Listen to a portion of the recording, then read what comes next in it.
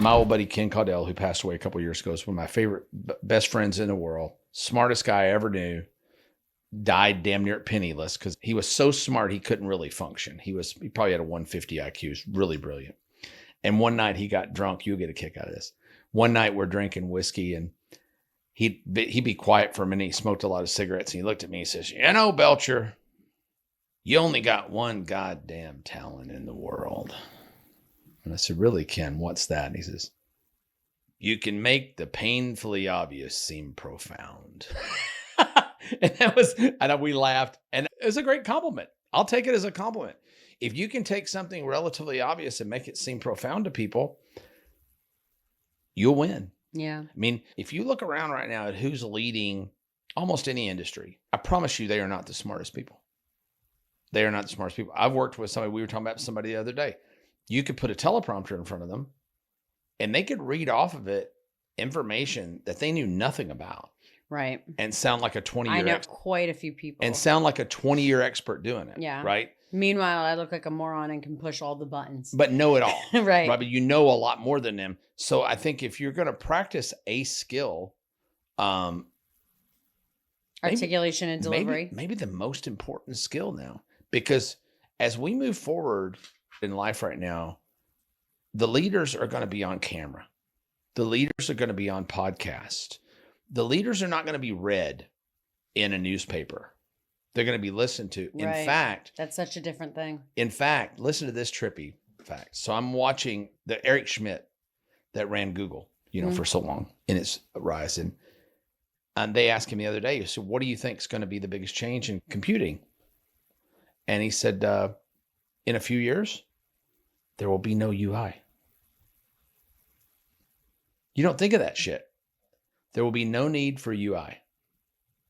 There will be no need for user interfaces. There will be no need for telephones. There will be no need for computer screens. You will communicate with the AI, tell it what you want, like the fucking Jetsons, Right.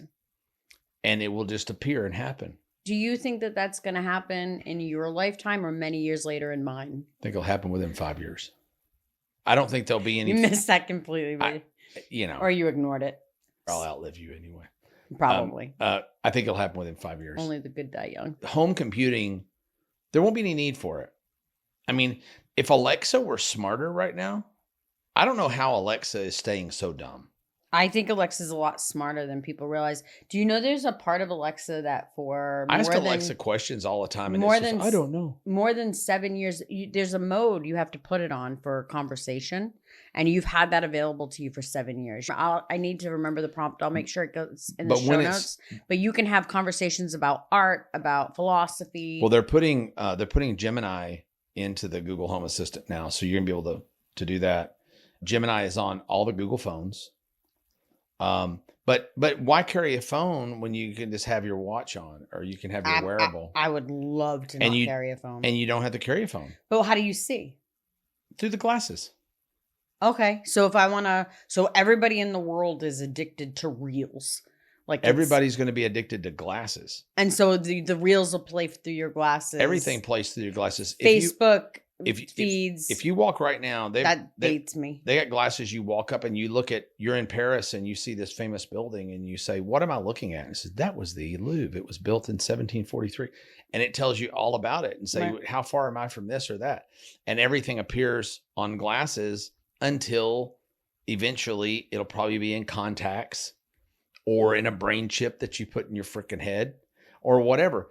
UI, that'll probably be the biggest change. That'll probably be the next big catastrophic shift is the loss of UI. So now you're dealing with voice. You're doing voice and video. You'll see video through your glasses, right? Right. But yeah, there'll be no need for any of that shit. We interrupt this pod to bring you this really special announcement. You need to go right now. Well, maybe do they want to go right now? Want to stop? No, at the end. We don't want to have them stop. Go to trainwreckshow.com. There's lots of bots there, GPT bots that do things for you, that do a lot of your work. So you don't have to work so much and drink more beer. The episode archives are over there. There's all of our resources, worksheets, workbooks. Everything that we've done that we give away is over there. Go get it right now. There's a lot of resources there. Way more resources than you get when you buy a lot of communities, I think. And don't forget to like and subscribe so that you can catch every episode as soon as it hits. We'll send you a notification. It doesn't mean you're liking Emma, by the way, because I know that slows us down on our likes. You can just click and say, I like Perry. You don't have to like Emma. It works the same way. Mitch Miller wrote this amazing piece and he sent it to me. I published it actually on Facebook. It was called How to Sell Worthless Shit to Weak People. That's the copywriter in Thailand. Yeah, he's right? I love him. He's such guy. a big mouth. I love him. Brilliant guy. But he wrote a paper called How to Sell Worthless Shit to Weak People. And I remember you sent that to me. You. Yeah. It was great. And he was like, these people desire a lot of things. And they'll even invest to get things, but they'll buy.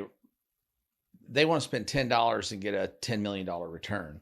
And I was talking to somebody about this the other day of why I was on a podcast talking about this the other day and we brought it up, but they'll do that sort of stuff. But at the first sign of resistance, at the first sign of difficulty, they're out. Yeah. And they never believed anyway. Like if you think about it, when you're running offers to people that are promising the moon for very little,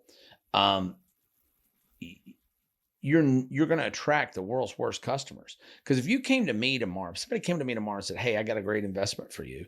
It's going to pay you 20% interest rate a month on whatever you invest. If you put $1 million, it's going to pay you 20% interest rate a month.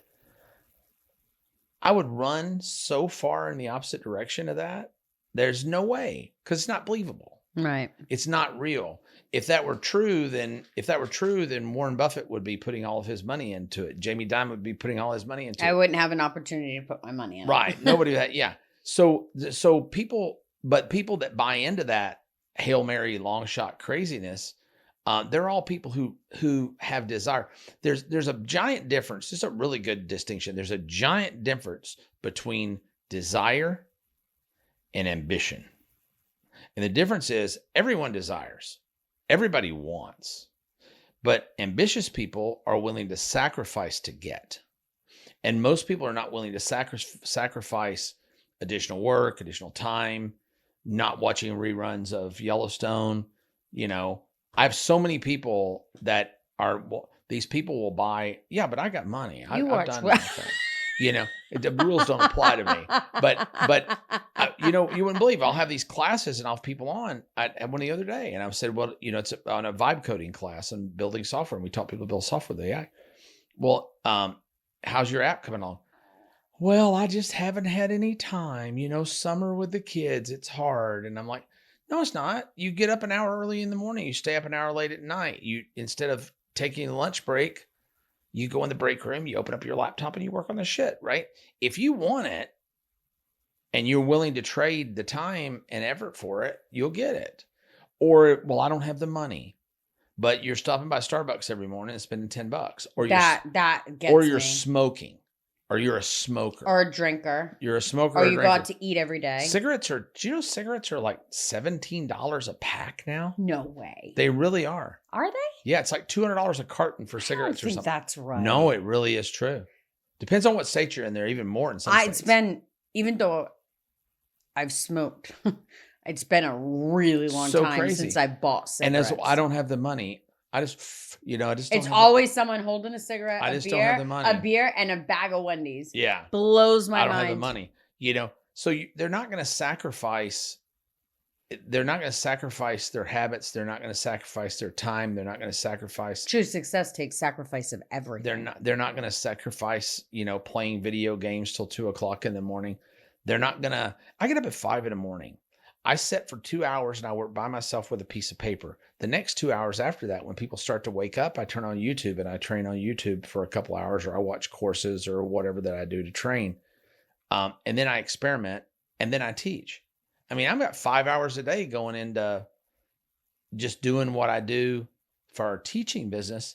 Forget the manufacturing business and the staffing business and all the other stuff that we do, that I do kind of in drive-by, you know. But, you know, am I rich? Yeah, I got a lot of money, but I've sacrificed a lot to get it.